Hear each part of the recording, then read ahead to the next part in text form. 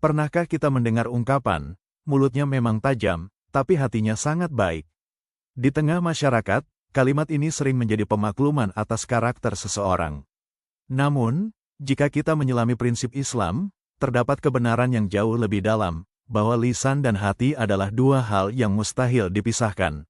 Poin pertama, hakikat hati sebagai pemimpin dalam terminologi spiritual Islam, hati atau qalb adalah raja, sementara anggota tubuh lainnya adalah prajurit.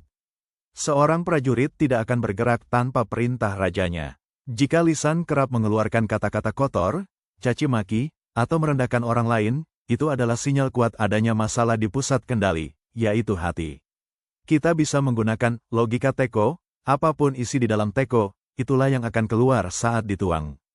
Teko yang berisi air jernih tidak akan mengeluarkan air yang keruh.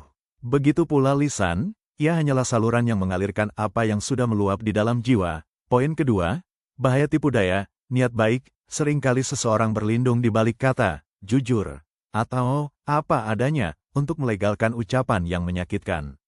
Namun, dalam standar akhlak Islam atau ihsan, kebaikan sejati menuntut keselarasan antara lahir dan batin.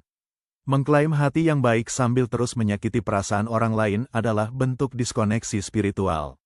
Luka fisik mungkin bisa sembuh dengan waktu, namun luka akibat lisan seringkali membekas seumur hidup. Ingatlah, bahwa niat yang merasa benar tidak akan pernah bisa menghapus dosa kezaliman dari ucapan yang menghancurkan martabat sesama. Poin ketiga, lisan sebagai parameter iman Islam meletakkan penjagaan lisan sebagai standar kualitas iman. Rasulullah SAW bersabda, bahwa iman seseorang tidak akan istiqomah sebelum hatinya istiqomah, dan hatinya tidak akan istiqomah sebelum lidahnya istiqomah.